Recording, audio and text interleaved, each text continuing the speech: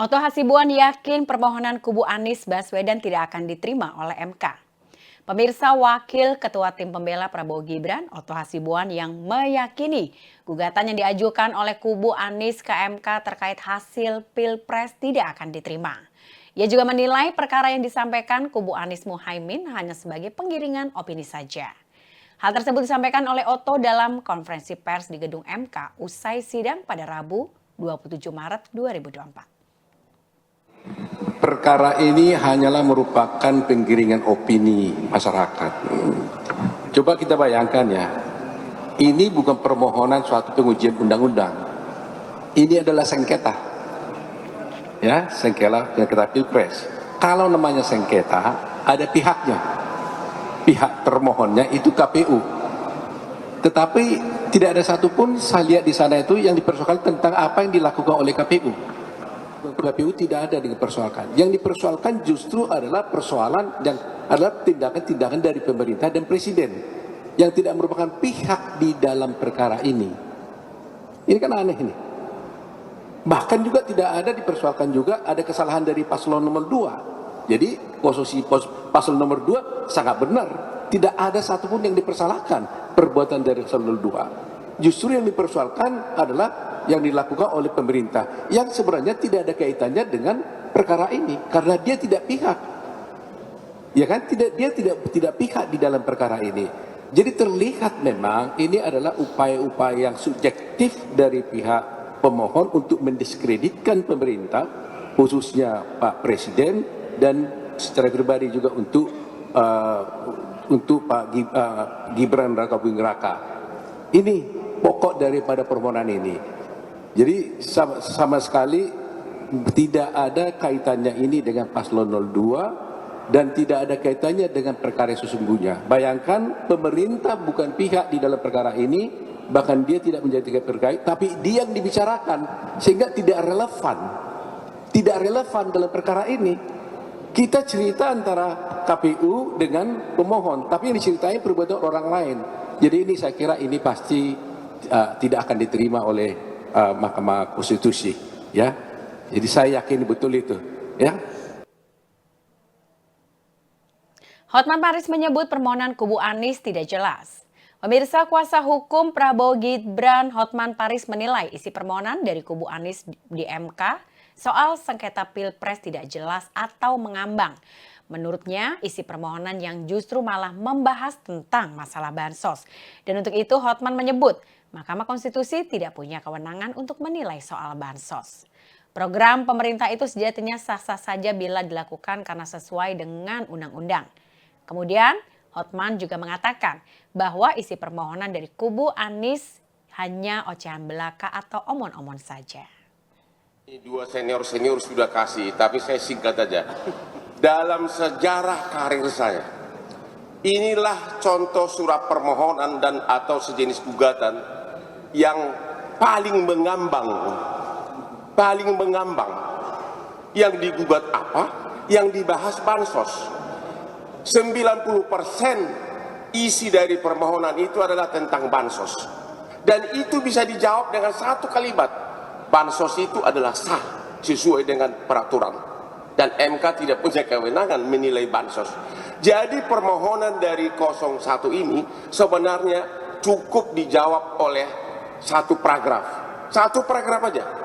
Karena yang lainnya hanya ngoceh-ngocehan, ngoceh sana sini, ya.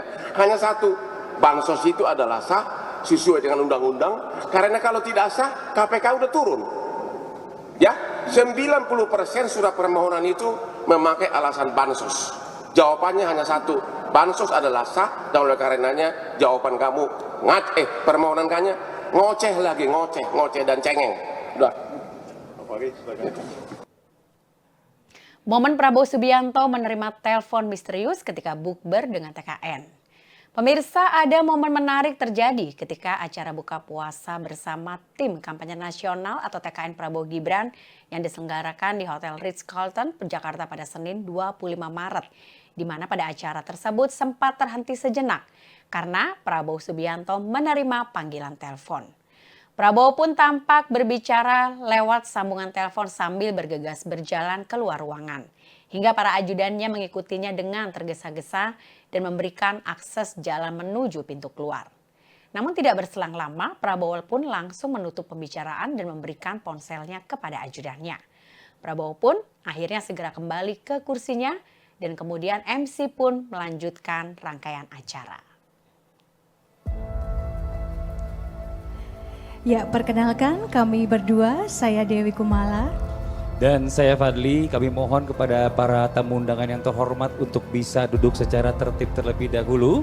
Ya, dan insya Allah kita berdua yang akan memandu acara Bapak Ibu Saudara pada hari ini.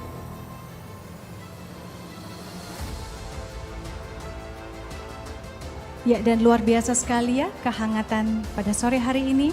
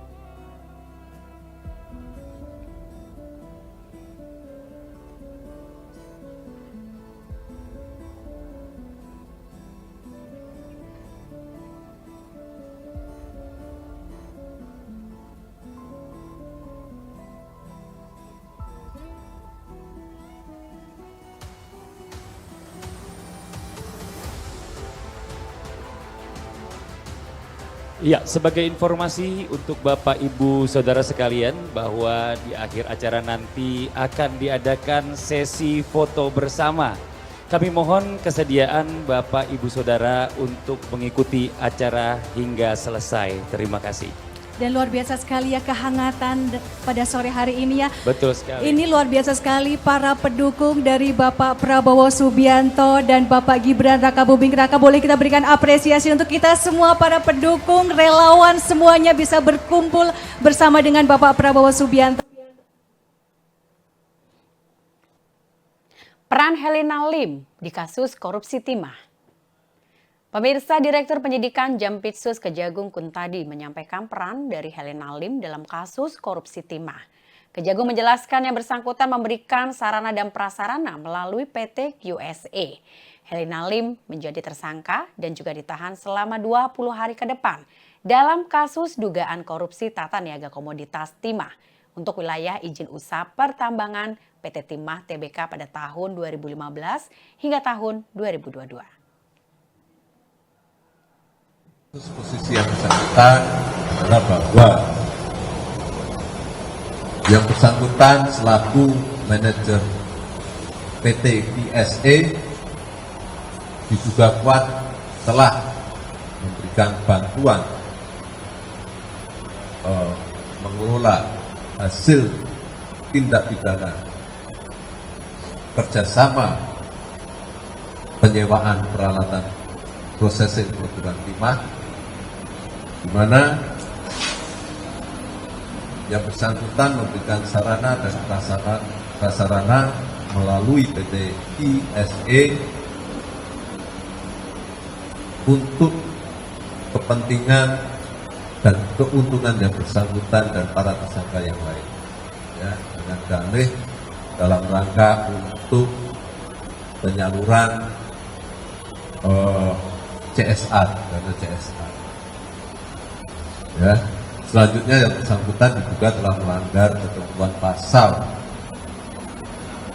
2 ayat 1 dan pasal 3 untuk pasal 18 Undang-Undang Tindak Pidana Korupsi untuk pasal 56 KUHP.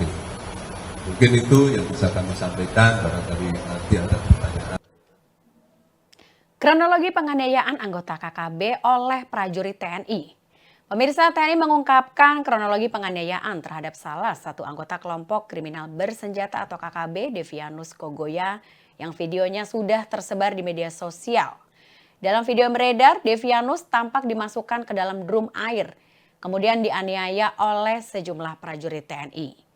Panglima Kodam 17 Cendrawasih Maijen Ishak Pangemanan mengatakan, jika Devianus merupakan salah satu pelaku pembakaran puskesmas di distrik Omi Kumang, Papua Tengah pada tanggal 3 Februari 2024. Baik ya, jadi ada 3 orang yang ditangkap pada saat itu. Jadi mereka akan membakar puskesmas. Ya, jadi anggota kami mendapat laporan dari masyarakat bahwa ada kelompok KKB yang akan membakar puskesmas Omukia, yaitu di daerah Gome. Tidak jauh dari pos kami, hanya kurang lebih 300 meter dari pos Gome. Sehingga bersama-sama kita dengan kepolisian, dengan semua aparat keamanan di sana untuk mengamankan puskesmas ini. Karena puskesmas ini dibutuhkan masyarakat ya untuk melayani kesehatan di sana. Jangan dibakar. Sehingga ketika kita mengamankan itu, mereka menembak pasukan kita. Sehingga terjadi kontak tembak. Dari kontak tembak ini, pasukan kami melakukan pengejaran. Dan tertangkap 3 orang. Yaitu yang pertama Warinus Kogoya, kemudian Alianus Murid, dan Devius Kogoya. Nah, ketika ditangkap, mereka ditemukan juga membawa 1 pucuk senjata Moser dan beberapa butir munisi.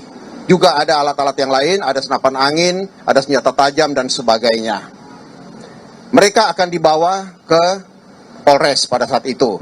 Tetapi di jalan, 1 orang loncat dari mobil, yaitu Warinus Kogoya. Karena Warinus ini adalah DPO Polres Puncak yang terus beberapa kali melakukan penyerangan-penyerangan di daerah Puncak Ilaga dan merupakan pelaku pembunuhan pekerja puskesmas Omukia yang dimana mereka akan bakar ini. Meninggal beberapa orang pada saat itu. Juga pelaku penembakan anggota Satgas 300 sendiri. Dan beberapa fasilitas mereka bakar di situ. Nah, mungkin karena dia ketakutan di sini, berusaha melarikan diri. Loncat dari mobil dengan tangan terikat di belakang. Karena mungkin tidak ada keseimbangan, tangan diikat, sehingga jatuh dan terbentur kepalanya di batu. Dibawa ke puskesmas, tetapi meninggal. Sedangkan yang 2 orang ini, yang satunya itu ditangkap ketika penyergapan, dia meloloskan diri, tetapi ada pasukan yang menutup di Gome menangkap dia. Dia ini juga satu kelompok dengan mereka. Nah, disinilah mereka melakukan penganiayaan. Tetapi setelah itu dibawa ke puskesmas, kemudian diobati dan dikembalikan ke masyarakat. Jadi sekarang ini mereka dalam kondisi baik, sudah dikembalikan kepada keluarganya. Demikian.